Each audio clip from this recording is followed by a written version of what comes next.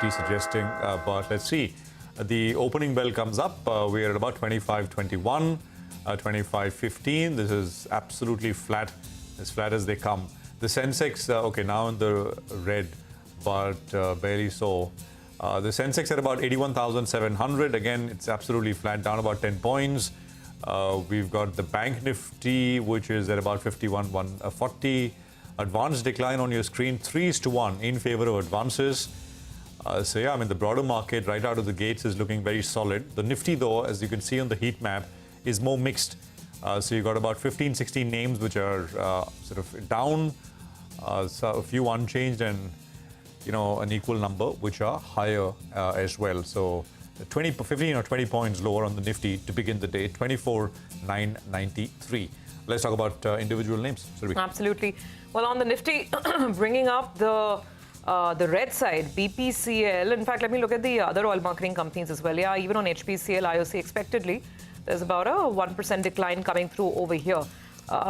Weakness in Hindalco after yesterday's mega rally. We're seeing some weakness on Tata Steel as well. Some of the commodities basically losing ground. There's Shriram Finance, Asian Paints. These are the stocks on the way down. Paints perhaps seeing an impact of the higher oil price, the kind of rally that we've seen yesterday. But then on the flip side, you've got a Power Grid, UltraTech Cement, HCL Tech, which has extended its long-standing partnership with Xerox. That's rubbing off well on the stock. There is some buying on an ONGC, Britannia. Apollo Hospitals is reversing some of yesterday's declines. And L&T is up about 0.5%. The Bank Nifty is doing absolutely nothing, absolutely flat. HDFC Bank is on the flat line. ICICI Bank is hardly changed.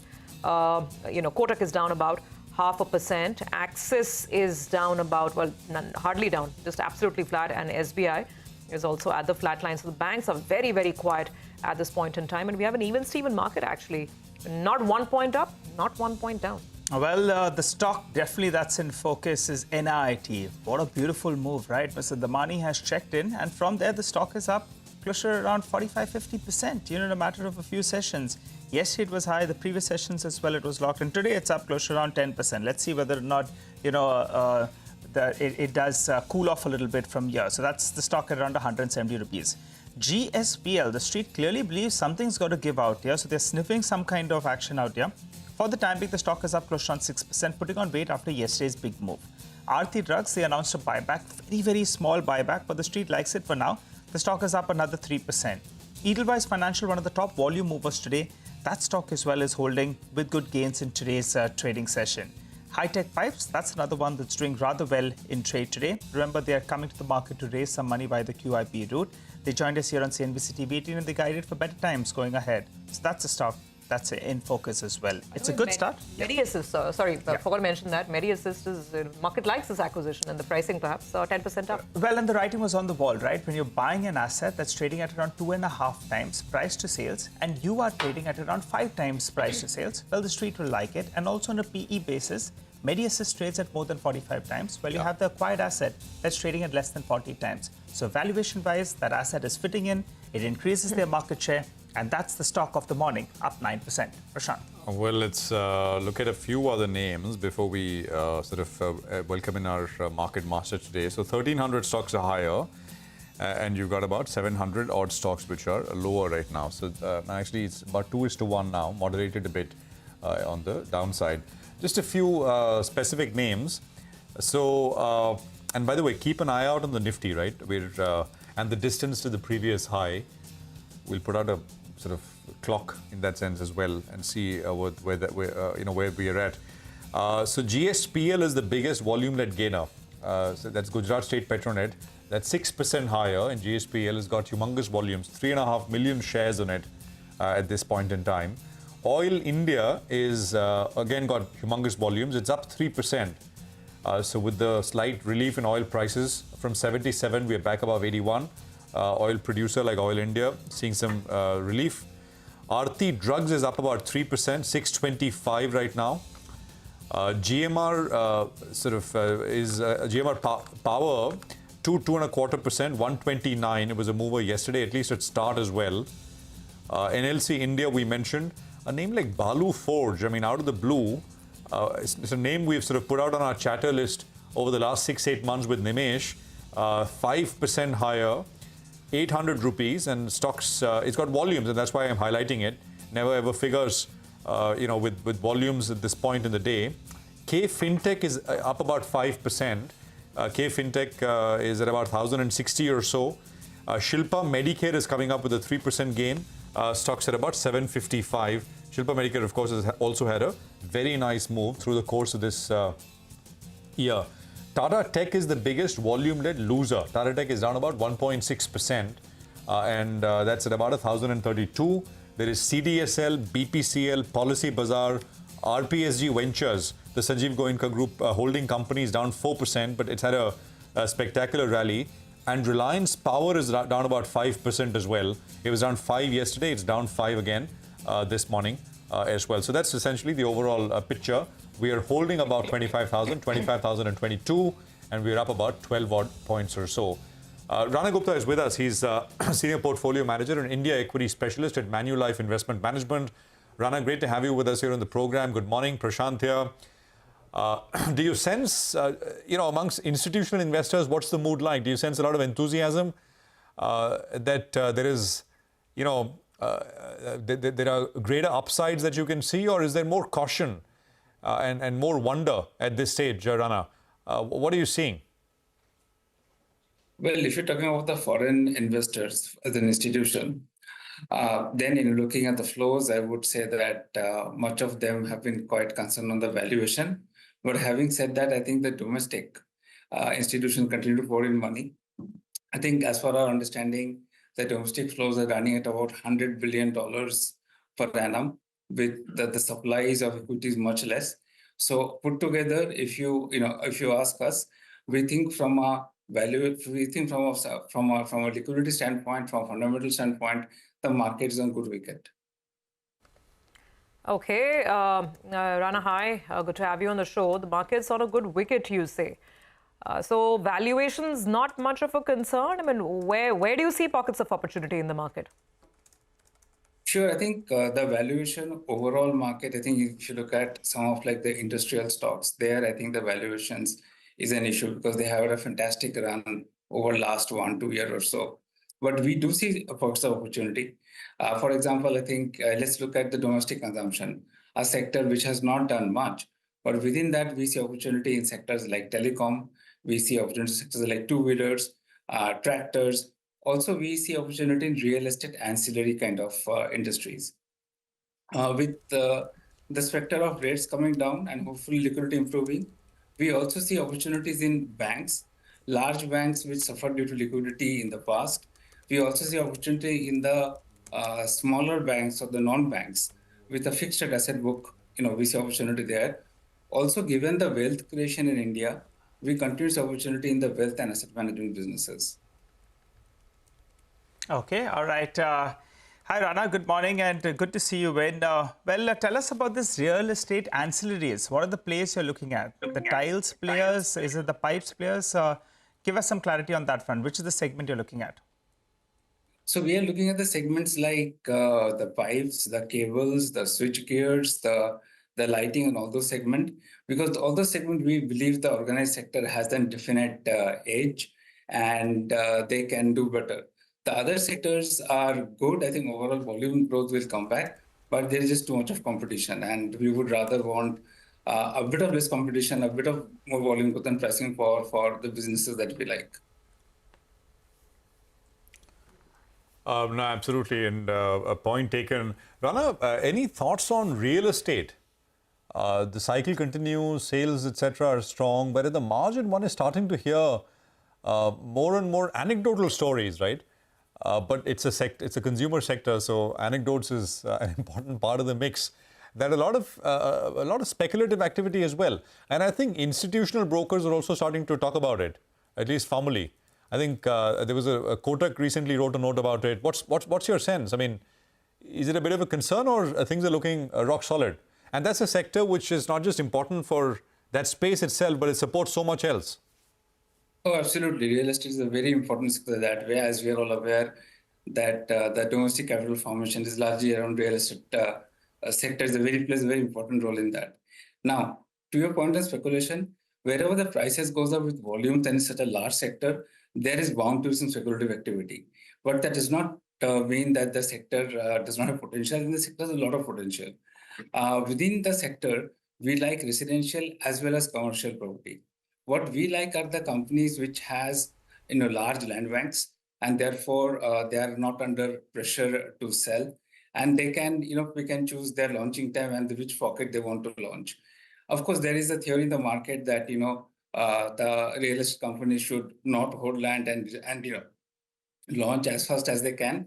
But given the speculative activity that comes with it, and given the price ups and downs come with it, we would like our companies to kind of have that a strong balance sheet and land, so holding power to launch whenever they would feel it gets the optimum, the optimum from that land. Okay. Rana, what's your stance on IT, both large cap and mid cap? We were just discussing this with the guest earlier as well, because now in general, sector valuations at about 30 times perhaps are reaching, some would say, optimal levels. But would you be willing to add more? And with what lens are you looking at IT? Look, I think in IT one has to be somewhat bottom up, because the large companies in IT, they're basically, one is expecting the bottom line growth of 10-11%, and they're trading at 25, 26 to 30 times. So they can give you compounding, but I'm not sure 10% compounding is something that the investors all will be happy with. But bottom up, we see opportunities. Bottom up, for example, let's think about in the US, if the rate cuts were to come back, if the housing sales were to do good, there are IT companies bottom up that you can find, which are a lot of exposure to that area. And because of that, they suffered in last 1-2 years. So they can make a big comeback. So like that, you can find out bottom up IT companies who have suffered in the last 2 or 3 years because of exposure to mortgages and those areas, and they can make a big time comeback. Rana, what about these new age themes? Many of them, people were throwing in the towel and suddenly they have become the flavor. Everyone wants to, look at them. Zomato at these prices, it was less than a fourth of what it is currently. But now everyone's talking about the big opportunity. Similarly, even Paytm, it's been a rank underperformer, but from the lows, it's up more than 60%. Anything you like in this space? You can maybe throw in an Ola Electric as well in there. Look, I think, we like this space. I mean, to begin with, we wrote a note about a year back from now, where we highlighted the digitization theme, and our subline for the theme is let the cash flow. What we understood at that point in time is that many of these companies, they have put in all the required investments, and thus they do not require a very strong top line growth for the operating leverage and cash flows to play out. And frankly, that's exactly what happened for most cases. And we are happy to see that play out.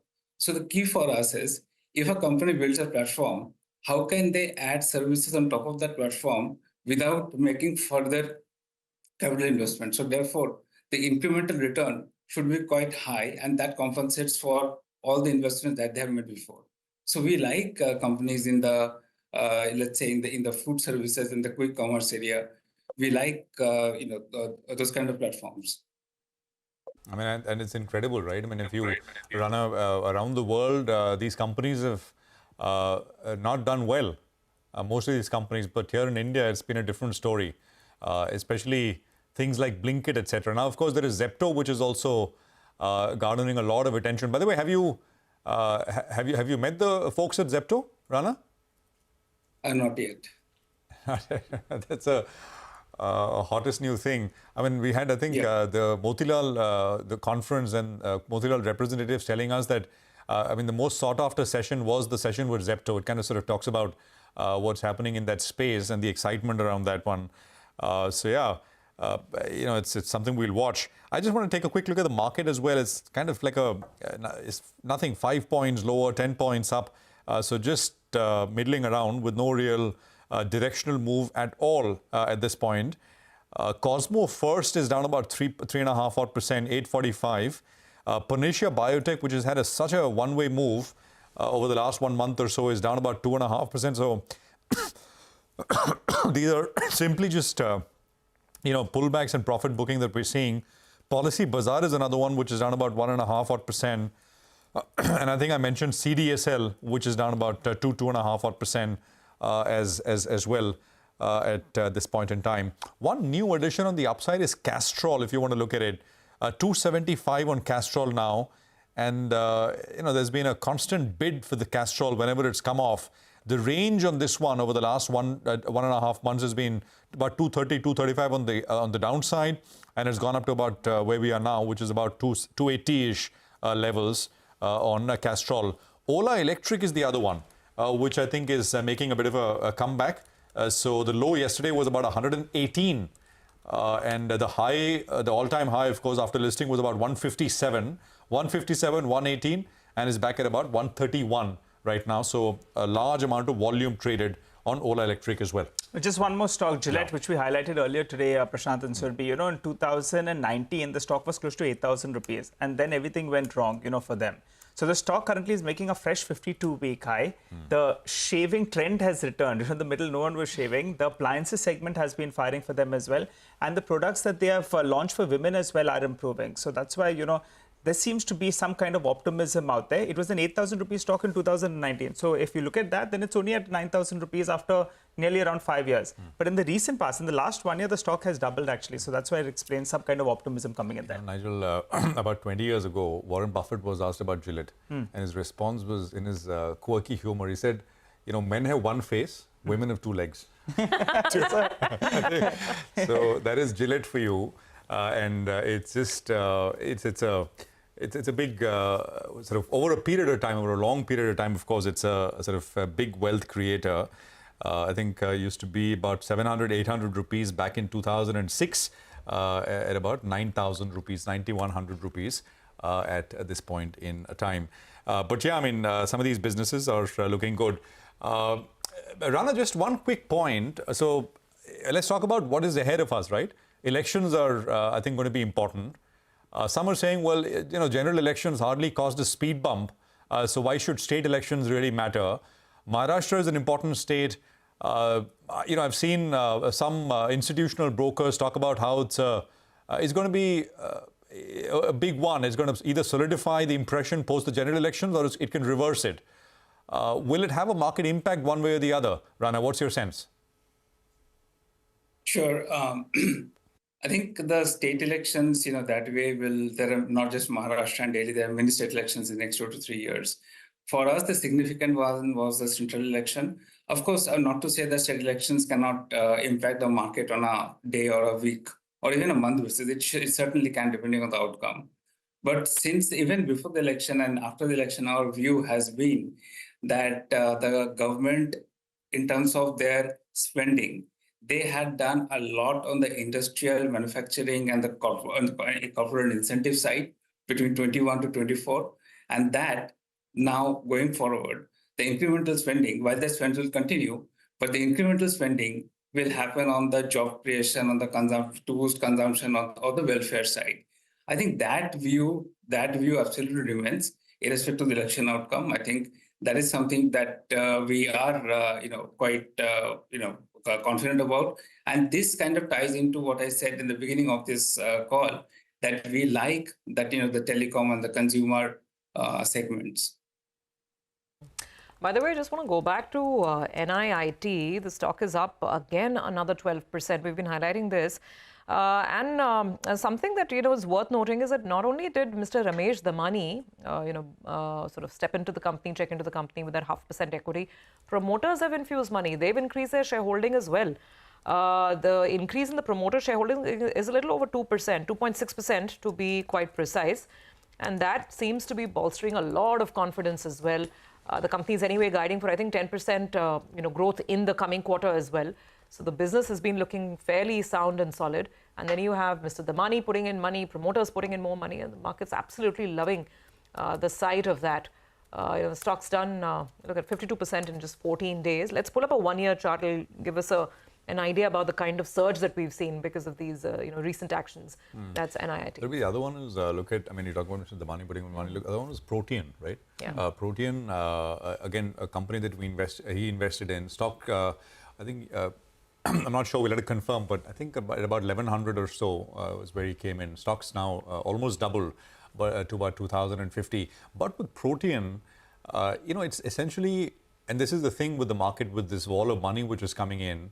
The buzz around Protean is ONDC and all the. Of course, the budget also had some stuff in terms of mapping land holdings and how perhaps Protean could come in, and a few other things as well. So a fair bit of excitement around all of this. But in terms of actual earnings, I think the company has seen earnings downgrades pretty much every quarter. I mean, you look at the last quarter results as well. I think there were sharp earnings downgrades post the result. Profits themselves were down, and I think on a last 4-quarter CAGR basis, you're down about 20%. As far as Protean is concerned. But a lot of this some of these are of course futuristic business, and the bet is not every quarter or 2 quarters down the line, and you perhaps have to have a longer time horizon. But I think what is undisputable is the fact that markets are willing to have that longer term time frame or that view. Rana, I don't know if you have a view on some of these businesses or if you own any of them. Well, I'll just say that on a top-down basis, whether it's the companies that you were showcasing. So these companies are creating new markets and are transferring market share. For example, this ONDC did not exist a few years back.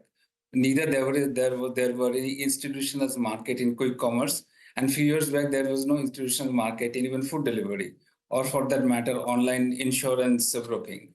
So these companies, through their capital or through their technology or through their position, what they have done, they have consolidated the market. They have become a platform for someone's the companies who started investing 3 or 4 years back. They're already a platform, so they are getting the cash flows. So I have no doubt in my mind, seeing those examples, many people would want to repeat that. Some of them will be successful, some of them will be not. For that, a bottom-up analysis of each company is to be done. All right, Rana, we'll leave it there. Great conversation, and thank you for staying on a little longer than usual and sharing your viewers. So 24,986 is where we are at on the Nifty. We're down about 25 points, and market breadth is now much closer. I mean, the difference between the number of stocks up and the number of stocks down, 1350 stocks are up, and about 950 stocks are lower at this point. Well, we want to play out some more sound bites, and this is from the exclusive interview with Rajiv Bajaj, CEO of the two-wheeler company, Bajaj Auto, and his goal of surpassing 100,000 clean energy vehicle sales. Mr. Bajaj also shared insights on the progress of the latest launch, the Chetak. Listen in. As we head into the festive season, in the months of September, October, November, we are very likely to cross a monthly sales production and sales rate of over 100,000 clean energy two-wheelers and three-wheelers. But I would hazard that definitely over 25% of our current revenue is already coming from or about to come from clean energy vehicles, which is quite remarkable. See that Chetak is now close to about 18% market share, or just above 18% market share. We are neck to neck with our able competitor TVS and their iQube. I think just a few hundred vehicles separate us. Having just launched a third product, there are more due later this year, within this financial year. We talked about it the last time we met a couple of months back. And I think post the festive season and before March, certainly there will be more Chetaks in the marketplace. And I could reiterate what I shared with you the last time, that not only will there be more Chetaks in the market of the current platform, hopefully very sharply positioned, but there will also be a new Chetak platform. All right, let's focus on CSB Bank. Quarter one was weak for the company. The highest decline we saw in the net interest income, and asset quality also deteriorated. However, the slippages declined in quarter one. How is quarter two shaping up? What's the outlook for the remainder of the year? We have Mr. Mondal, the MD and CEO of CSB Bank, who joins us on the show. Hi, Mr. Mondal. Good morning, and thanks a lot for joining in. Well, let's get a couple of aspects out of the way. What is the growth you're penciling in for the year? And tell us what went wrong in the last quarter. The retail loan segment, I see, there's a decline of close to around 12%. Why is that? Good morning, Nigel, and good morning to all your viewers. Yes, we had a slightly soft quarter last quarter. But going ahead, I think this year we are on track in terms of what we wanted to achieve for the whole year. Last quarter, we had two challenges. One is we had some regulatory kind of reasons for some NIM compression last quarter because of the because of the some of the income we are having on the interest side, that came down because of some regulatory reasons, penal interest as they call it. So that we didn't convert into penal income at this point of time. That will do from next quarter onwards. But this last quarter was to that extent little soft. The other reason was that we are correcting some of our wholesale portfolio because our new team has joined. And that is where we are exiting some of the older relationships, not because they were any bad or anything like that, but because of the segments which we are going to focus on with the new wholesale team will be different to what we had been doing in past. So given that perspective, we are reorienting our strategy on the wholesale side. That's why we had a little bit of a softer growth on the wholesale. Also, some of our DA book, which was Okay, all right. both on retail as well as on the wholesale side. So that's the reason we had a little bit of a soft quarter.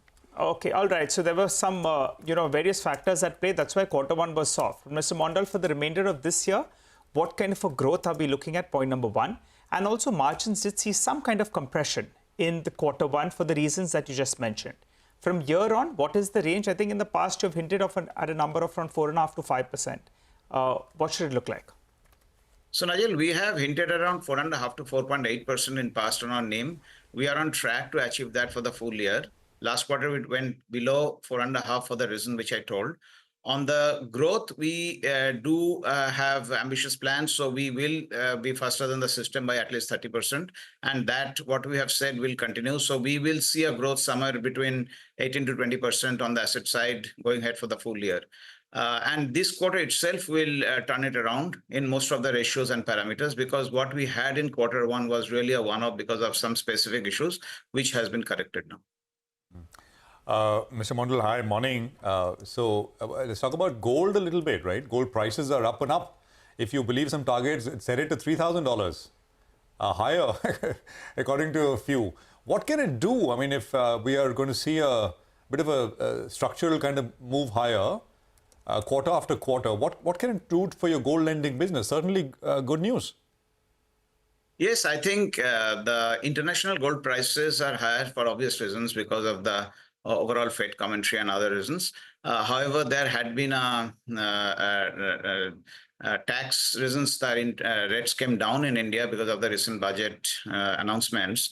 But that has been offset by the international gold prices. So to that extent, overall, I think it is at the similar kind of a level where it was prior to the budget announcements. So given that, I think in India, it has not made too much of a difference, and hence our LTV and everything has remained the similar kind of a levels where we were before.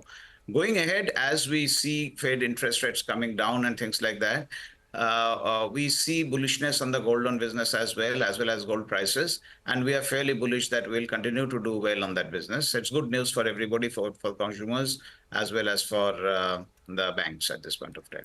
What's the sensitivity to your business? I mean, is there a sensitivity? I mean, can you numerically for gold prices and what it does to your sort of lending?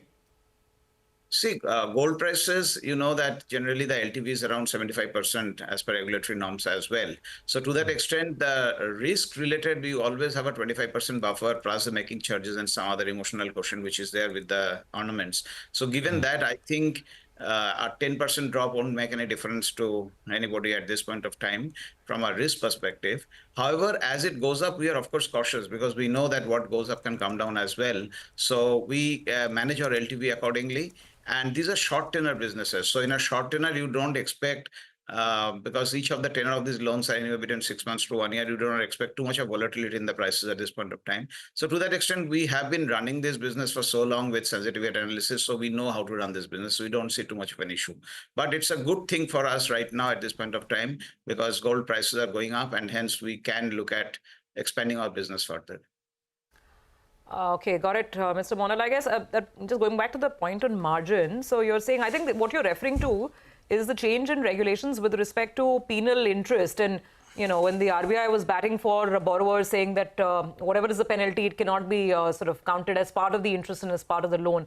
But you're saying that's been rectified, so you're back on track to deliver 4.5% margin for the full year. Let's talk about asset quality as well, because in the first quarter, there's been some deterioration. We'll just get the numbers up on the screen as well. Your gross NPA is now moving up to almost 1.7%. So that's one concern. We'll have the GNPA numbers in just a bit. Yeah. So that's one concern. The other concern, sir, is going to be on deposit mobilization and CASA, because your CASA ratio is falling very rapidly. Now it's below 25%. It used to be around 30% a year ago. It used to be, I think, 27% just a quarter ago. So let's start with asset quality and then tell us what you're doing with respect to CASA. Sure. So as you can see that our slippages have already started getting under control. And as we look forward, without making a forward-looking kind of announcement, our slippages are looking under control at this point of time. And we hope that will remain for the whole year. So we had one-off kind of a thing for the last 1 or 2 quarters, and that has been corrected. So to that extent, we don't see further increase in slippages at all. If at all, it will start coming down now. And to that extent, there will be lesser or no impact on the GNP and NNPA side. And we expect it to marginally come down as well from the current levels in the full year basis. Coming to the deposit, I think, and CASA, I think that's a systemic issue. There are structural reasons why deposit accretion and ability to utilize the deposit to our asset growth has a challenge, because there are so many parameters we have to look at: CD ratio, LCR, so many other things. And to that extent, I think CASA ratio is another important thing, and SFR, all these things are important. But from a CASA franchise, I think overall systemic, there has been a compression of 4 to 5%. Our situation is also similar. We originally had a lower CASA ratio. So that is, we are following the systemic compression at this point of time. But just give us a number, sir, if you can. Sir, I'm a little sorry, apologies over there, just because we're running short on time. If you could guide for some sort of a range or a number, CASA by end of the year, and a GNPA level that you're comfortable with, where you want to be by 31st March. Yeah, I'll say that. But quickly, the more important thing on deposit franchise is LCR and CD ratio, on which both we are very, very comfortable. LCR is 117, 118%, and CD ratio is between 82 to 85%. We are one of the better placed private banks in the system. Coming to the specific question on GNP and NPA, we will be better than currently what it is, and hopefully will be somewhere between 1.5 to 1.6 on the GNPA side. And NNPA will be somewhere around close to maybe lesser than 50 basis points. So that's the way we are targeting for the full year basis. Quarter to quarter, we'll see how it plans out. On the CASA, I think we'll be somewhere below 25% at this point of time. But as I said, that we are not focusing so much of CASA because we are building our CASA franchise. We are looking at other parameters on deposit and funding franchise, where we are probably better than many other private sector banks in the system. All right, Mr. Mandal, thank you very much for joining us. It's a pleasure. Appreciate you sort of coming on and talking to us and sharing what you make of things. I just want to highlight 2 specific names. If you can highlight, you can put up Religare, the stock. It's down 1.5%. And I think our colleague Vivek highlighted some of this yesterday. The high recently was about 280. From 280, it's down to about 260 now. That is Religare in 2 or 3 days. And of course, the immediate trigger really has been the management postponing the AGM to December. Investors have not liked it. That is one. And the second is Orient Cements. Orient Cements had a big fall yesterday. So, from the previous close of 330, it left off at about 310 yesterday, and it's down to about 305. That's a sharp cut. Here there was, of course, speculation that it's in the play as an asset which is going to be sold. There was the name of JSW which was doing the rounds as well, JSW Cements. So we'll have to see if something is, is it kind of gone cold or something is happening. But there was a marked move in Orient Cements and not other cement stocks. So perhaps something to do with the company and, of course, what the hopes and expectations they were. Markets down, of course, 18 points right now, 24, just under 25,000 right now. Nigel. Okay, all right. Let's move on then. Let's get our next management on the show. We have Vinati Organics. Now, the company has given a revenue guidance of around 20% CAGR for the next few years. Brokerage, they have a mixed view on the stock. Motilal Oswal is positive. Kotak Institutional is a little bearish on the stock. To discuss the business momentum, the growth outlook, we're joined by Vinati Mutreja, the Managing Director of the company. Hi, Vinati. Good morning, and thanks a lot for joining in. Well, tell us, how's the year shaping up? Earlier, you were holding on to that guidance of around 20% growth, I think with margins of around 26 to 27%. Let's get both these two basic numbers out, and then we can focus on the business outlook as well. Well, good morning. And these two basic numbers remain quite the same. We are seeing good growth in demand for most of our products, especially ATBS, especially compared to last year. IDB remains stable. We have gained market share in butyl phenols. Antioxidants is also picking up. And we are increasing revenue from that segment as well as the new products are shaping out well. So given all of that, we do expect a 20% growth this year, and I would expect EBITDA margins to be in the range of 26-27%. Got it. All right, Vinati, I'm looking at a Kotak note, and they are talking about the ATBS segment. They're saying a new competitor, a smaller player, Atlantic Fine Chem. They have come in there and they have garnered close to 3 to 5% of the market share. Some believe that it could be a potential risk where you have a small player coming and creeping in there. What's your comment on it? Well, Atlantic started production about a year back. From what I see in the market, they're still very, very small. And having said that, the demand for ATBS is very good. My new line for ATBS is coming up by the second half of this year because I have that sort of order book and my customers do want more material. So I really don't see that as much of a threat or really eating into our revenue. If you could just expand on that. So let's complete the point on ATBS. Let's talk potential from this new capacity. I mean, first year, how much will it be working at capacity utilization? When it hits peak levels, then what's the revenue and volume implication? So ATBS, volumes and revenue projections for this year, and then once you hit peak with the new capacity. Well, ATBS contributes to about 40-45% of our overall revenue. Now, what has happened is that the demand for the higher grade, the higher purity ATBS is very good, which actually limits our production.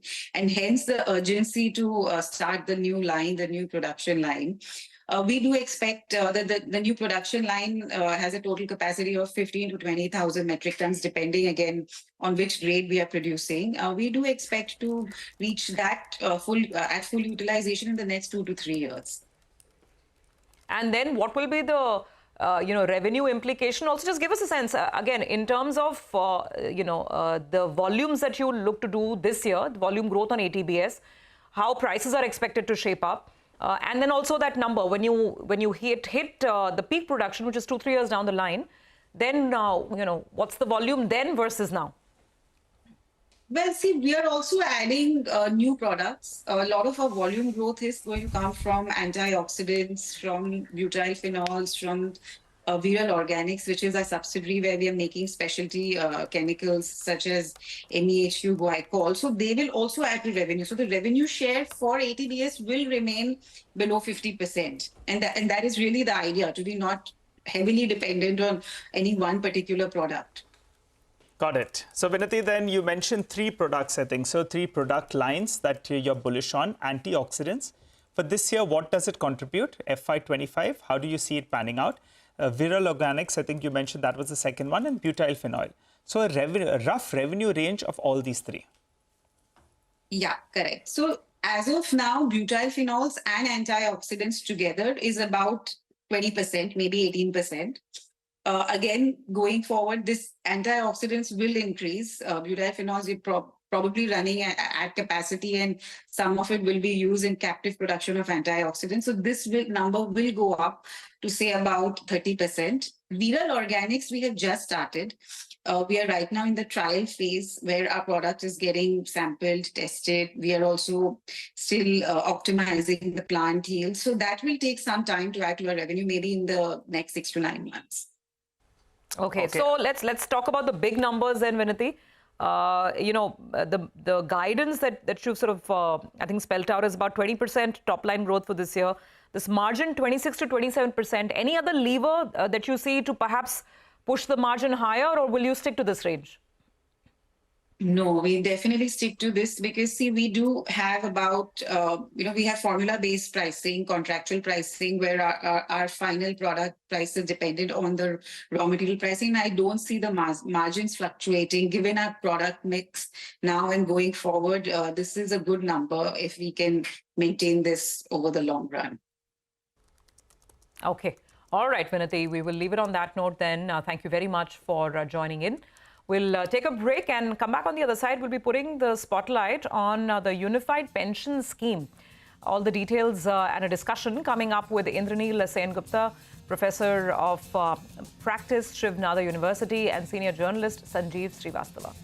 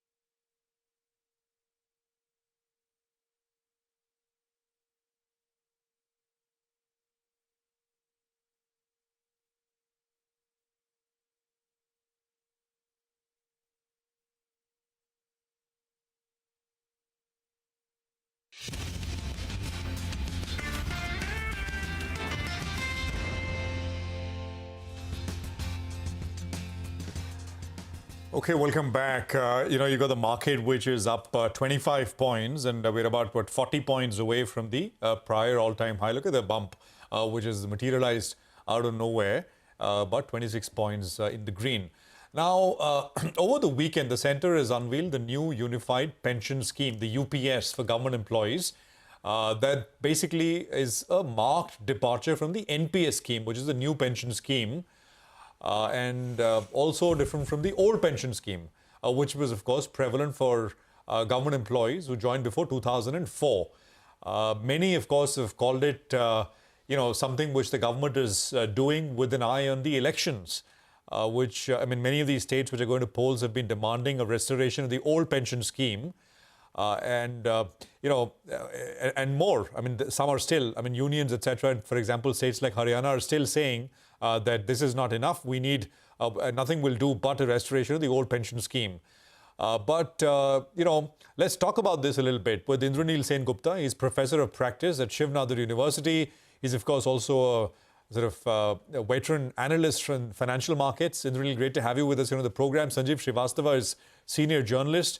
Sanjeev, great to have you back on the program. Thank you very much. Indraneel, so how should we look at this UPS?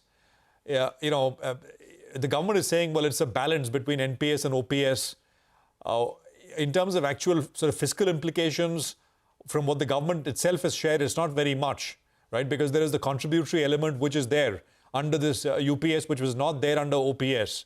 Although the government is picking up the tab a little bit more. So your first thoughts, Indraneel? So I think that, first of all, thank you for having me. I would say that if you look at the OPS, that let us index at 100. The NPS was somewhere around 20. The UPS is going to be somewhere around 80. So in the OPS, obviously, it was a defined benefit concept. In the NPS, it was a defined contribution. But then obviously, given that government salaries are what they are, that fell dramatically from the OPS levels. In the current UPS, it's closer to the OPS, I will say. But of course, you are still making some contribution. So that's one. Right. The second is that I don't worry about the fisc too much because this has been going on. It's all, currently the government is, has a fiscal outgo pretty much on the OPS levels. And for the NPS to have worked at all, given that the first, most likely people who joined at 2004 were at least born 1980, they would retire in 2040. And then for that to become a significant cohort would have been 2050, 2060. At the same time, there is going to be a substantial wealth effect, and that should actually lead to more demand for, maybe autos, maybe housing, and that should also be a boost to the economy. And we should put that out. What you're saying is the net present value under, if NPS was 20, under the new UPS is 80. It's not quite 100 like it was under OPS, but it goes up to 80, close to the old pension scheme, right? Yeah. So it's substantially more for employees under the UPS. Got it. I'm going to come back to you on that wealth effect point because that's interesting. Sanjeev, your first thoughts on what has been done and whether this is now going to be broadly acceptable. See, so whether it will be broadly acceptable or not, Prashant, is depending on how much the unions can press for more. Because clearly an indication is coming from the government that they are willing to be, or they are vulnerable or susceptible to being pressed for more. So this entire exercise is another step or another link in that trying to process the election outcome of 2024, wherein the BJP missed out on majority. So I wouldn't say that this is a rollback, but or some kind of scaling down in a big way, but it is what the government is trying to learn from the election outcome as to why they lost out. So one reason they have attributed to, and I don't fully agree to that, they lost out because of the OPS not being there, but this trying to please different constituencies, keeping that on the radar, this step is being taken. So somebody like you or Indraneel will be better able to crunch the numbers, whether it's 80 on the old pension scheme and new pension scheme scale or 70 or 85. But what it signals is that the government, they're both positive and negatives to it. Negative is that they have become vulnerable, whether it's the Waqf thing being referred to the parliamentary committee going or other things. And this is another link in that direction. But the positive is that they are very good to adapt. So they're trying to learn from what real or perceived mistakes they made. So these are constituencies they want to address and get them back on board before the next election. I think it will be too late for a Maharashtra or Haryana kind of an election, but the big elections coming up, including the next big election, general election. So, but what is clear is that the government is vulnerable vulnerable to listening, which was less of a listening government a few months back. So that is both good and bad of how much a wealth effect is created, what really is... Sanjeev, points taken and good points there. By the way, the elections are still not that far away there. We don't know. But what's your number for Maharashtra? Mine? You always have... Yeah. You always put me on a spot. Well, I think Maharashtra, I don't have a number, but I think the BJP is, and its allies, which is the present government, they are all on the back foot. So as things stand, they should lose. Okay, all right. So at the margin, this may help, but will not do quite enough, the pension thing, right? I mean, it's just one constituency in that sense. Yeah, because the government can't afford to keep sitting on its heels. They are 240 in the national parliament, and if they lose some key states, they need to be acting, and that's what I see as a positive for this government. At least they are proactive. They're trying to course correct. Now, whether that course correction will help or not, nobody really knows the answer. But at least they are reactive, which they were choosing not to react in the run-up to elections. Indraneel, let's come to the wealth effect. So, first of all, a lot of this will only start to show up post-2000, approximately 39-40, right? Because for those who joined after, for those who joined after 2004, right, who entered service after that. But do you see this leading to increased spending in that sense? Because would people have not spent on a car or something on the wedding because thinking, well, the pension is lower? I mean, I'm just trying to understand, what will this do for employees here and now over the next couple of years?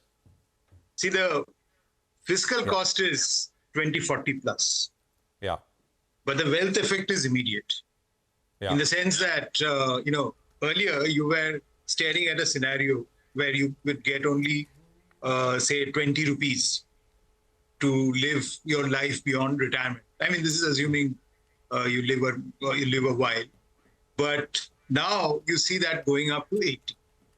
So the savings that you were having to make on, your retired life, now you can spend that today. Invest that today, maybe, whether it is in a house, whether it is in a better car or whatever. So the point I'm making is that, the impact on the fisc is going to come much later, but the impact on individuals' sense of well-being is going to come right now. And typically something like this shows up in which segments? Which sectors or subsectors? So I would think that housing is the biggest one, because the government housing loan is also very limited given the current market prices. Cars could be another. So housing, I mean, that it's its whole interrelated sectors of cement and so on. But then I think that is where most of the wealth effect that civil servants will get will go. Got it. Gentlemen, a longer chat, but later. Thank you very much for joining us with an interesting sort of perspective on the pension bit and, of course, politics as well. Indranil, good to speak with you in the new avatar, and here's to many more. And Sanjeev, always a pleasure having you with us here on CNBC TV18. Thank you very much. We'll take a quick commercial break here. We are back. We'll focus on... Okay, I think we'll go to Mitesh and just ask him for his view on what the market is doing and any fresh trades he might have. Mitesh, over to you. So, Prashant, I think the market has recovered very nicely. I would have preferred a bigger dip to buy into it, but then it's okay. The direction remains on the upside. I have a buy on ABB. That's a buy with a stop below levels of 78.10. Look for targets of 8,050 to about 8,100 here. And the other call is GNFC, which I would recommend buying with a stop at 674 for targets of 710. Okay. All right. Got that. Mitesh, thanks very much for your calls. Market is managing a 20-point up move, which is perhaps not bad given the kind of cues that we started off with. And the mid-cap screen is looking even better, 0.5% up on the mid-cap index. So it's literally up and away. Remember, yesterday we were talking about a move on Tata Elxsi. Well, guess what? That's happening again. There was a 9% sort of upward thrift yesterday as we were closing out, 6% this morning. GSPL's run has not stopped at all, still up about 5%. It's off the highest level of the opening high, but it's still up about 5%. Subros is up about 7.5%. Mediassist continues to run on that acquisition. So the short point is that the broader market, look at Tata Investments, by the way, up about 7 to 8% as well. So lots of stocks buzzing around on the broader market screen. We'll take a break on that note, come back on the other side. And then, of course, we'll discuss commodities with Manisha Gupta.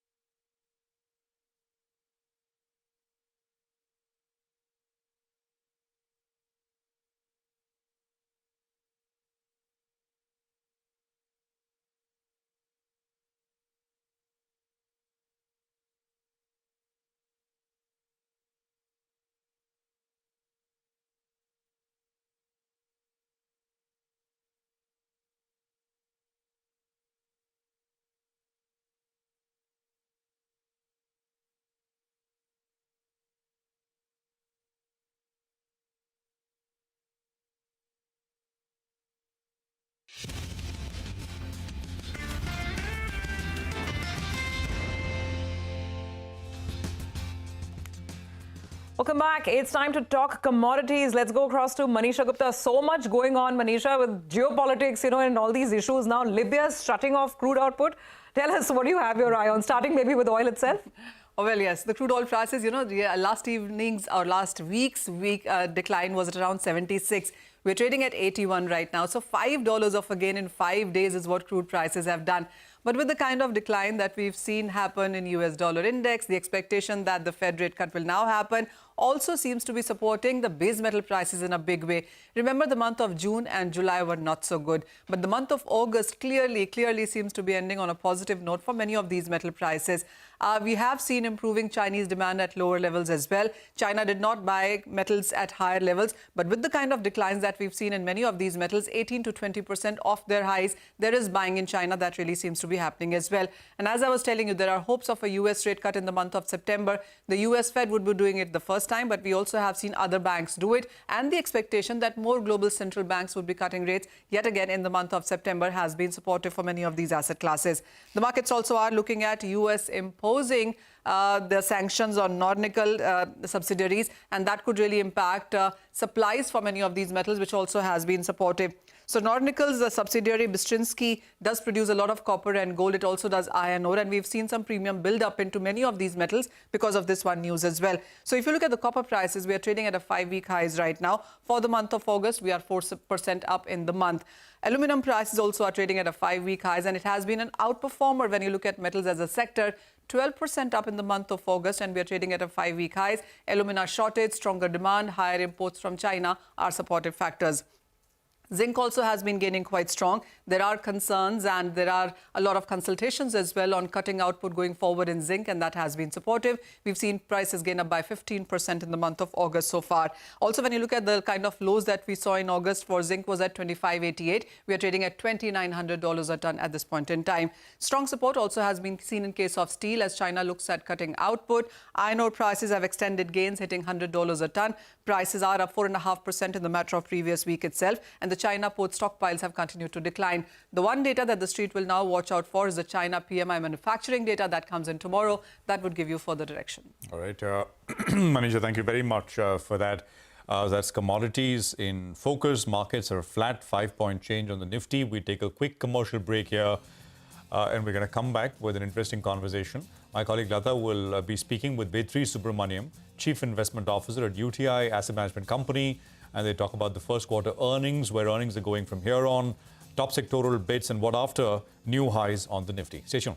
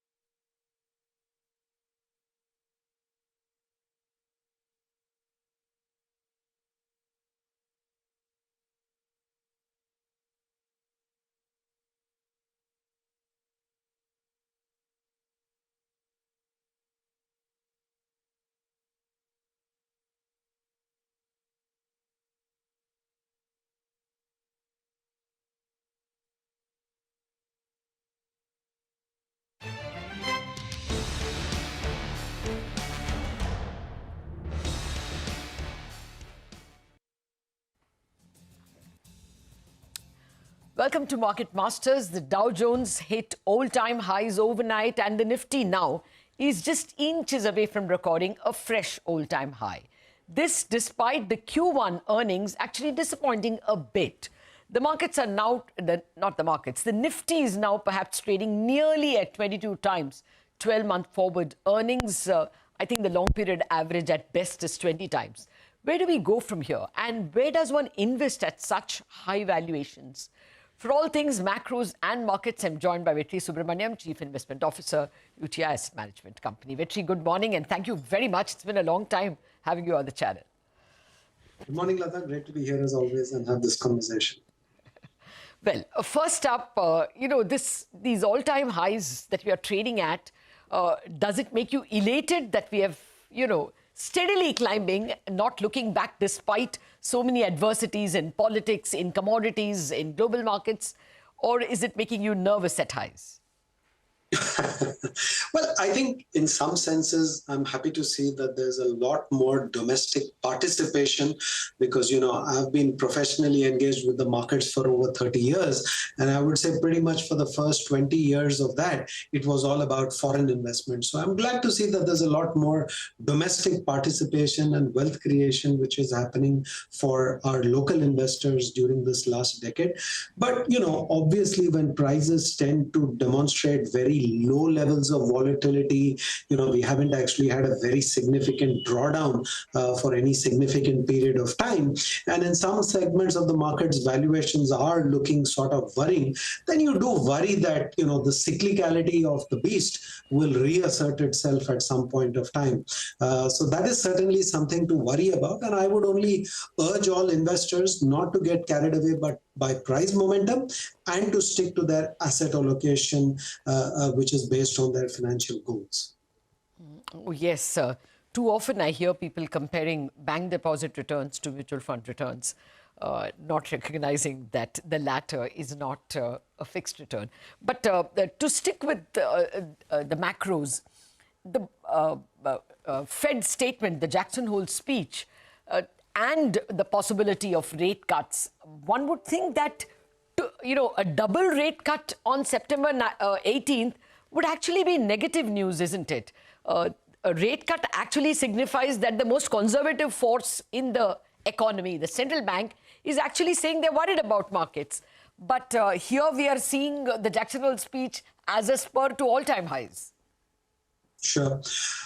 In a way, I would actually say there was nothing new that came out of Jackson Hole. In a way, I think the markets were already preparing for this. There was just that slight, moment about 3 or 4 weeks ago when people, I think simultaneously worried about the Japanese carry trade and about the fact that the US economy might be heading straight into a recession. But I think the data that's come out subsequently suggests it is slowing, but it is not slowing in a way that policymakers should panic. And obviously, markets panic a lot more easily than policymakers do.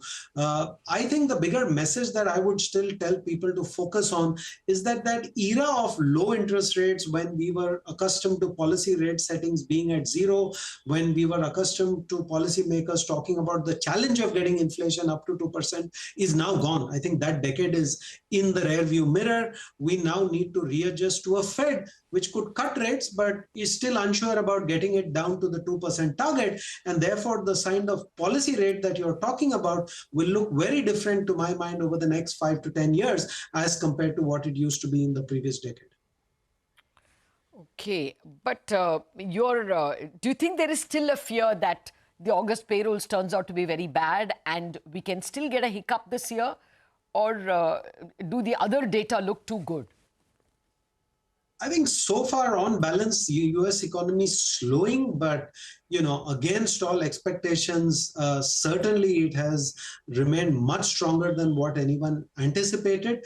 And I don't really see it hurtling into a recession unless there is an external trigger now, whether this comes from politics, whether this comes from, abrupt changes in fiscal policy because of a new administration. Those would be extraneous. But I don't see the economy itself, based on the data that's coming in, heading into a deep slowdown at this point of time. Or even American fund managers are not willing to indulge in what will happen after November 8th. So let's not get there. We'll have to cross the bridge when we come to it. Let us look at Indian valuations itself. Do you think, as many fund managers have told us, it's best to stick to large caps now that mid caps are presenting a picture of exuberance? A good question, Lata. Actually, even before you go to the question on large caps, right, we run our internal valuation models, which run the asset allocation, schemes that we manage internally.